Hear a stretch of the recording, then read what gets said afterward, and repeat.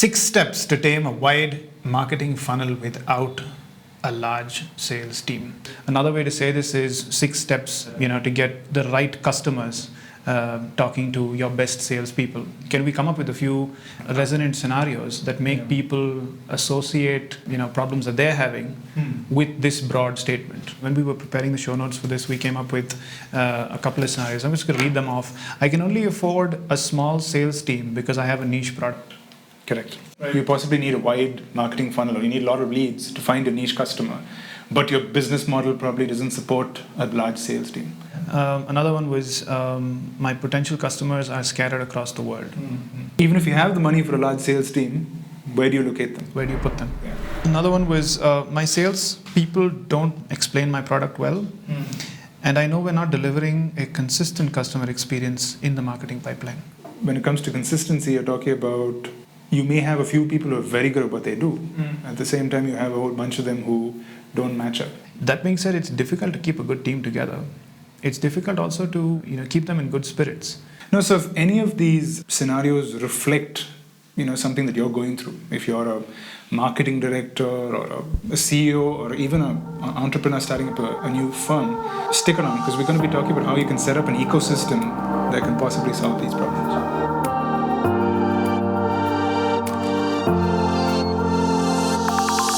When you think that something as intangible as design and communications can't really affect your bottom line, you usually end up with marketing and advertising tools that don't help you inherently mitigate your business risk. That's what this podcast is about. A behind-the-scenes look at how we go about doing what we do, mitigating business risk. I'm Jude Lazaro. And I'm Mark Lazaro. And you are watching our weekly video podcast.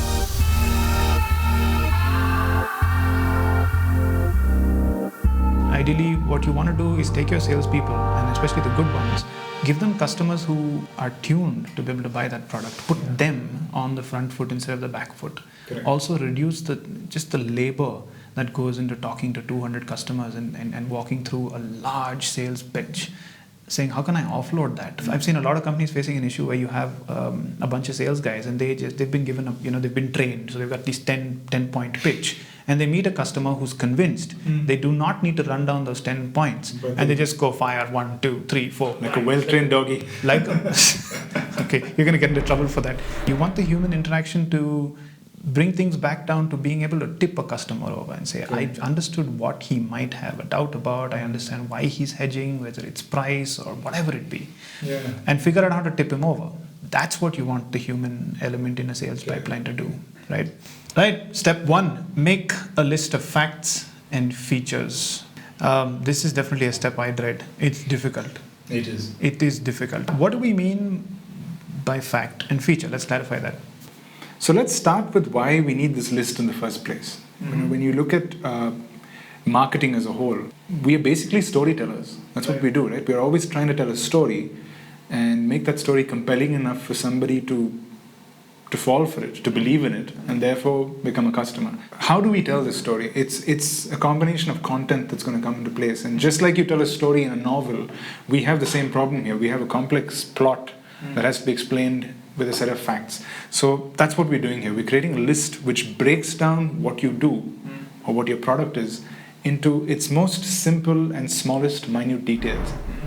So what do you do now? You need to sit down at a meeting, bring in all your decision takers, everybody who's involved in making your company run, and put down everything on your mind.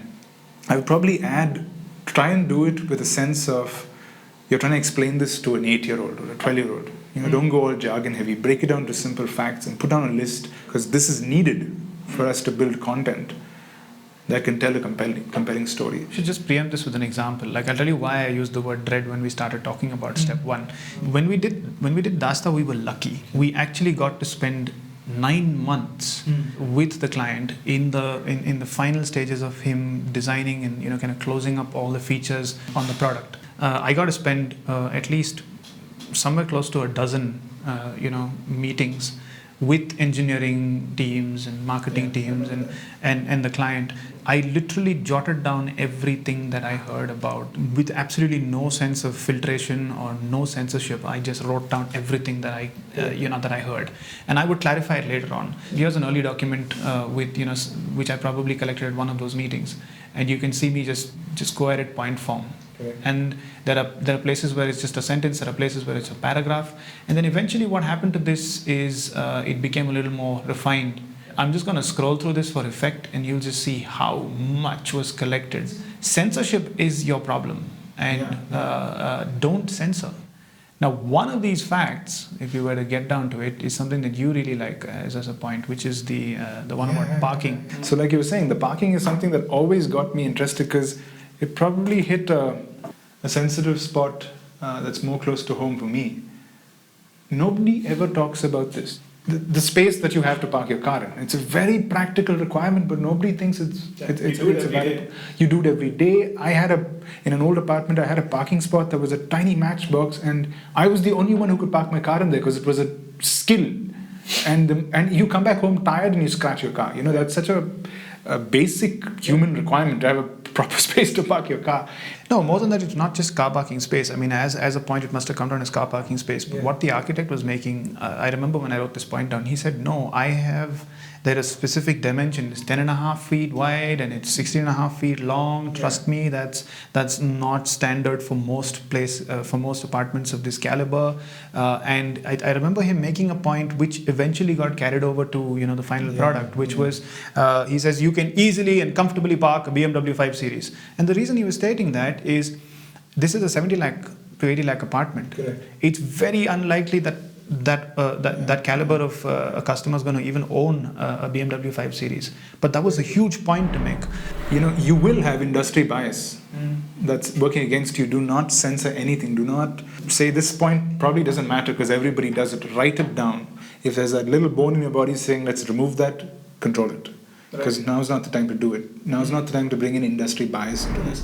And the best part here is most often what's happening with someone who's spending the money to build a building. He's actually paying the bills. He's kind of looking at the bills of material. He goes, listen, I'm putting this really expensive component into it, and you're going, no, but actually, you know what? On the flip side, it's not your marble or your vitrified tiles that are going to make the difference, because who's going to be counting that you have a marble floor every day? Someone's going to curse you for the rest of their life if you give them a bad parking spot. Absolutely. The idea is stop censoring. One thing that I should plug here maybe is something that we were talking about yesterday, which is David Allen's Getting Things Done, I think it is. Mario, you should probably put a link in the show notes. David Allen's book is definitely pointed at time management, but the concepts that he explains in it, I think at some point organically what we've used. Because he says, listen, when you sit down to plan the rest of your life or the next month or the next 6 months, sit down and just write down everything. Yeah. No matter whether it's a small point or a big point or an absolutely I can't do it point or a huge big dream, just write it down. And that's pretty much what we're trying to say here. No censorship, sit down, write down everything that everyone on your team has to say. Make sense of it later. And like Mark said, this is probably the one step he dreads the most because it is difficult. It's going to take the life out of you and you need to give it that attention. Because if you screw this up, then everything else falls apart. Take it seriously. Don't expect it to finish in a meeting post-lunch. You're going to probably fight about this, and after a lot of blood and sweat, you're going to finally say that, yes, this is a very accurate, detailed list of what I do, or what we do as a company. Okay, so step 2, prioritize and group the facts and features on your list. So it seems like a logical progression. You made a list, now you go down to prioritize. Now the question is on what basis? Again, I can't overstate this. Please do not focus on artifacts. Now, again, another term that we're using, artifact, we like to use it to classify artifacts within your marketing kit or within your marketing funnel, like your website or Facebook posts or a brochure or a film, whatever it be. Do not try and classify these points on the basis of any of those artifacts. At this stage? Yes. Yeah. They are definitely end destinations, so to speak. Let that not mess with your head right now. So on what basis do they group this stuff? One of the systems that we use is the concept of the 3 bins. The first bin is the customer trigger. When we refer to customer trigger, we refer to that one aspect that gets your customer to, raise his eyebrow and take you seriously, sit up in his chair and say, "What? Come again? Tell me that again. I'm interested." It has to be something that he never knew about before. It's not something that he expected. It's something that was brand new. And you just told him something, but it triggered the right part of his life for him to say, "Hey, this could possibly help me," or "This is something I want." I'm going to probably remind you about your take on the iPhone 5.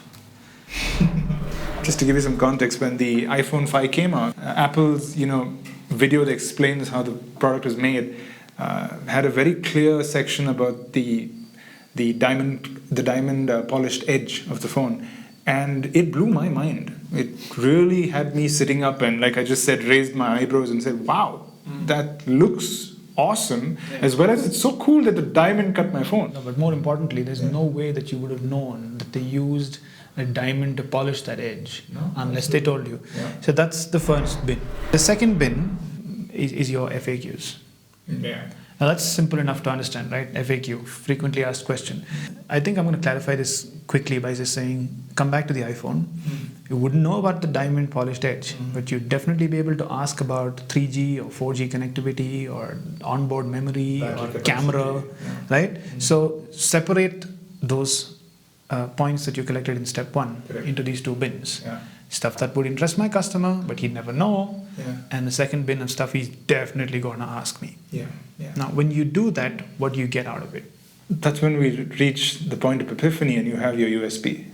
That's the third bin, which we have categorically left at the end, because that's exactly what you got to do with it. Don't get carried away with trying to define your USP in the beginning. Focus on your customer triggers, focus on your FAQs, and your USP will be apparent at the end of it. I think we should probably just, use an example to illustrate this a little better. Backpack. Okay, with Backpack, this was us sitting down and making sense of what Backpack had to say about their service or their product. And that's the unfiltered list. Now, to be able to pinpoint an FAQ, Backpack's an investment company. So one of the FAQs that would potentially pop up all the time was, how long do I need to wait for this thing to yield? Yeah. Most people will ask you that about an investment, and they knew about it. How much is it going to yield? Like, what's the return on investment? So those are two things that a customer's definitely going to ask you. Okay, let me just pull this up for effect. So you go back to the website and look at what we put on the top. You opened with invest in an apartment and triple your investment in 9 years. Now, in contrast, one of the clinchers as far as Backpack was concerned is this thing that no customer knew existed unless you told him, which was the fact that they were backing up this entire investment deal with a bank guarantee.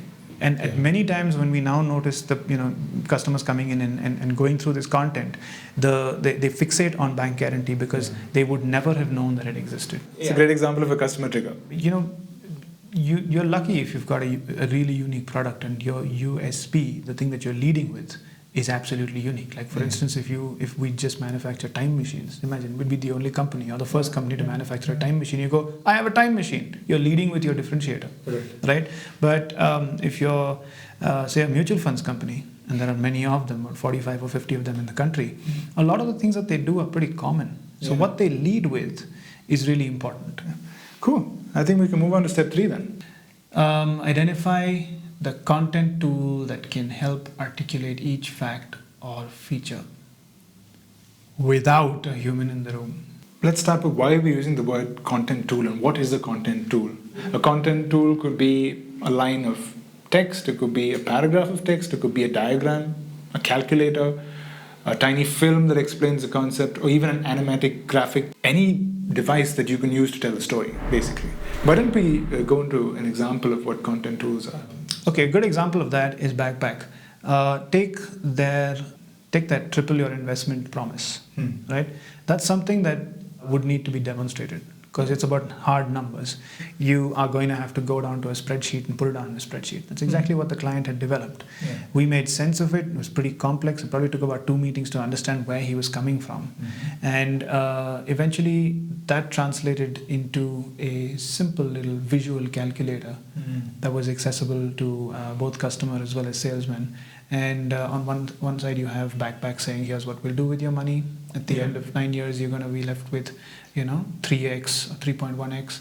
And on the flip side, some of our best competitors can, at the most, do this. And you could dig in there, and there's a lot of place for, detail. So you could open that up. So this is basically that Excel sheet, but we made sense of it. Mm-hmm. We also then, parametrically drove quite a few things. Like you might say, hey, wait, hang on a second. I don't think that 15 rupees as far as, rent per square feet is an accurate number. I'd like to see what it would be if it was 25. And boom, it'll recalculate that. Correct. So this was the content tool. This calculator was a content. And in contrast, you went to something that's pretty technical here, but the simplest way to demonstrate 3 times the returns was the 3 glass cylinders and the ping pong balls, which you see. Oh yeah, just the visualization of yeah. Oh yes. Why did I go there? Okay, yeah. Yes, the idea of demonstrating investment as in the form of that's an animated diagram. So we quantified it as ping pong balls in a bunch of glass jars. So to take this further, if you just pull up the backpack investor film, that'll probably give people an idea how we took the same concept into another content tool. So let's play the film. According to these guys, over the last 20 years, on an average, investment in real estate has typically doubled every 9 years, which works out to an average of 8.6% growth per annum.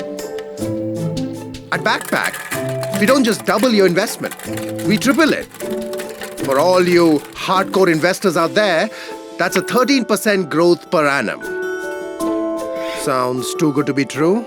This must be some complex equity scheme which is somehow connected to the stock market. Oh, I'm still talking real estate.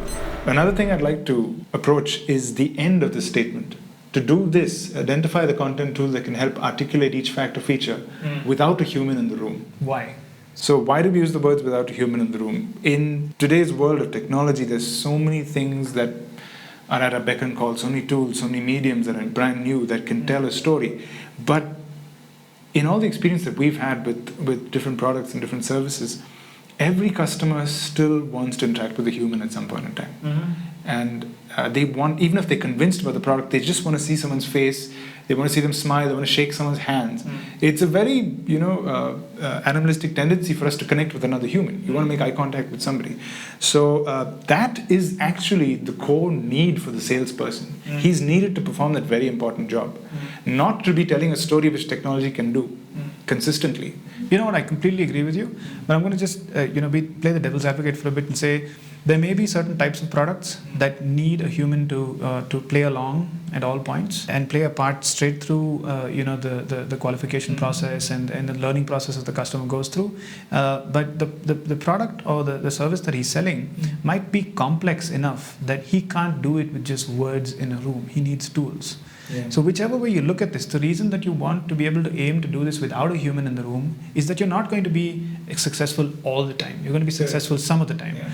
Ideally, you can, you kind of want to get to a point where the majority of the grunt work of communicating, everything there is to know about the product, you're trying to offload as much of that to a tool so that it's repeatable. Yeah. So you've got standardization and consistency, but also what you've done is you've taken the human and used them in the right way. Yes. So, and he's not overburdened. Absolutely. Hang on, actually a good way to demonstrate this is Dasta. If you head to the Dasta website, you'll come to a pretty compact section called Water. What did it end up being? It ended up in a content tool that was a documentary. A very technical documentary. There was a bunch of lead-in points and a whole paragraph that led you in. There was a necessity to demonstrate the fact that the piping in this building was different from a standard building. So we built a interactive animation that actually told you this is how the water comes in and then eventually ends up in your bathroom and your kitchen and then goes back to the sewage treatment plant or the recycling plant. And you could actually flip this over to saying, okay, that's how Dasta does it. Okay, how does a standard building do it? And then finally, one of the tipping points was the financial, benefits. These guys were doing all of this, and it would look like this was costing them a lot more money. Yes, their capex was a little more initially, but the savings on day-to-day running was considerable. So what we did was take the savings and quantify that into another calculator. But ideally, this became such a demonstration of might and power in terms of being able to create product differentiation that we ended up saying, listen, hang on, this could be a qualifier as far as a differentiator is concerned. So we elevated parts of it up to the to the advertising space, and we actually created a whole ad around that. So let me play that. The average human being uses 10 liters of water to wash vessels, 20 liters to wash his clothes, and 55 liters to take a shower. That's a lot of water. If we represent all that water as just one bucket, we are essentially... Go on. Throw it. Instead of throwing this used water down the drain, you can recycle it to an extent where it is pure enough to take another shower. You heard me right. Recycled water that is pure enough to bathe in. Doesn't that make you feel a lot less guilty about your water usage? When you buy a home at Dasta Concerto, it comes with a water recycling system that does just that. Oh, and did we mention you'll save a ton of money too? Visit dasta.in/water. We've built these elaborate diagrams and calculators to show you how it works. All right then, let's recap. In step 1, we spoke about making a definitive list of facts and features that are the sum total of your service or product. Now don't filter, document everything. We also spoke about taking the steps seriously. It is difficult to do this. In step 2, we told you to prioritize this list into 3 bins: customer triggers, FAQs, and last but not least, a bin meant solely for your USP, or if you're lucky, USPs. Finally, in step 3, we spoke about identifying the type of content tool that is best suited to each individual fact or feature, or a group of fact or features. That's about all the time we have left for this episode. You can continue to follow this conversation in part 2. We'll be talking about steps 4, 5, and 6, and how you can go about achieving 2 very critical and enviable milestones with your customer: the ability to get them to self-educate and the ability to get them to self-filter. Don't forget to subscribe. See you on the other side.